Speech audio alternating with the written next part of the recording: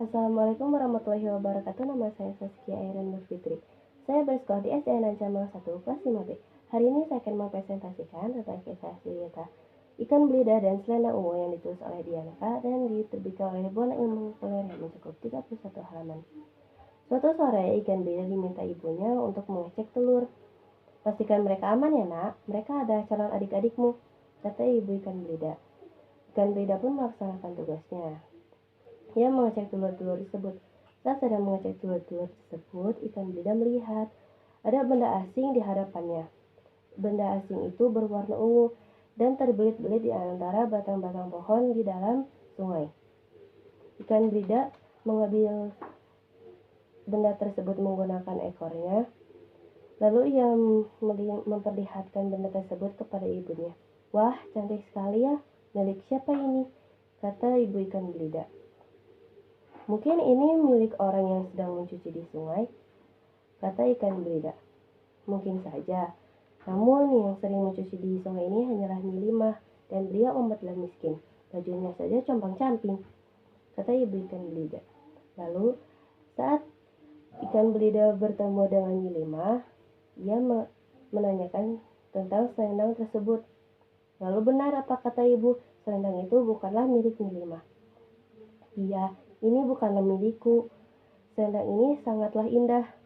Lihat saja, selendang ini saja dilapisi dan dihiasi oleh sulaman benang emas, katanya Lin. Tidak mungkin aku memiliki selendang seindah ini, lanjutnya Lina. Beberapa saat kemudian, saat Ikan Belida sedang beristirahat, Ikan Belida terasa terusik. Dia merasakan ada seseorang yang sedang memasukkan tangannya lalu memainkannya di dalam sungai. Lalu Ikan Belida pun berenang ke atas sungai. Dia melihat seseorang sedang memainkan dan memasukkan tangannya ke dalam sungai, yang membuat air sungai menjadi keruh dan bergelombang.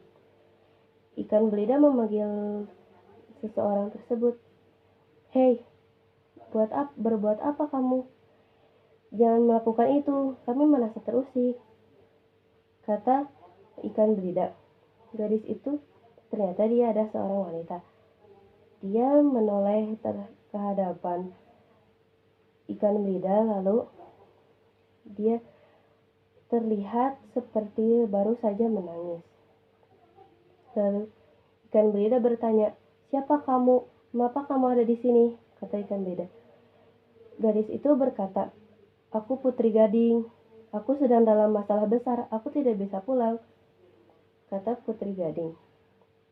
Lalu Ikan Belida pun bertanya, mengapa kamu tidak bisa pulang?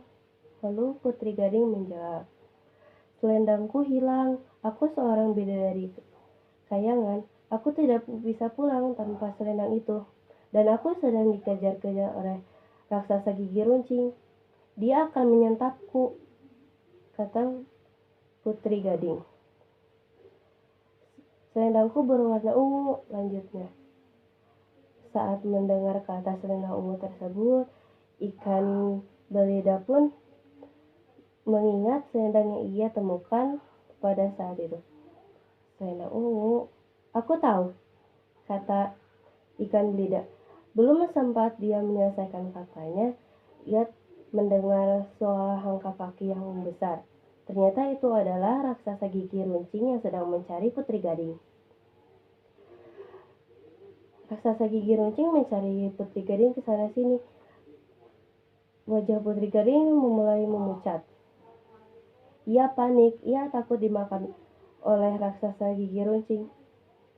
Lalu dengan tergesa-gesa Ikan Belida berkata, kau sembunyilah dulu, aku tahu di mana selendang kau berada. Dia berkata seperti itu. Benarkah? Kata Putri Gading.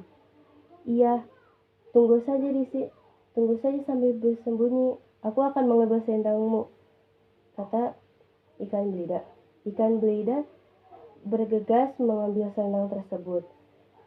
Ternyata selendang tersebut terkait oleh beberapa bebatuan. Ikan belida kesusahan mengambilnya, lalu ia memaksa. Hal itu membuat selendang tersebut robek menjadi dua bagian. Ikan belida kebingungan. Dia merasa kasihan kepada Putri Gading karena tidak bisa pulang. Lalu ikan belida pun segera ke permukaan air. Sesampainya di permukaan air, dia melihat bahwa Putri Gading sudah ada dalam genggaman raksasa gigi runcing. Lalu dia berkata, "Hai, raksasa gigi runcing, masa kamu mau makan orang sekurus itu?" kata ikan belida. "Biarkan dia di sini, aku akan merawatnya sampai ia gemuk, agar kau puas memakannya," kata ikan belida.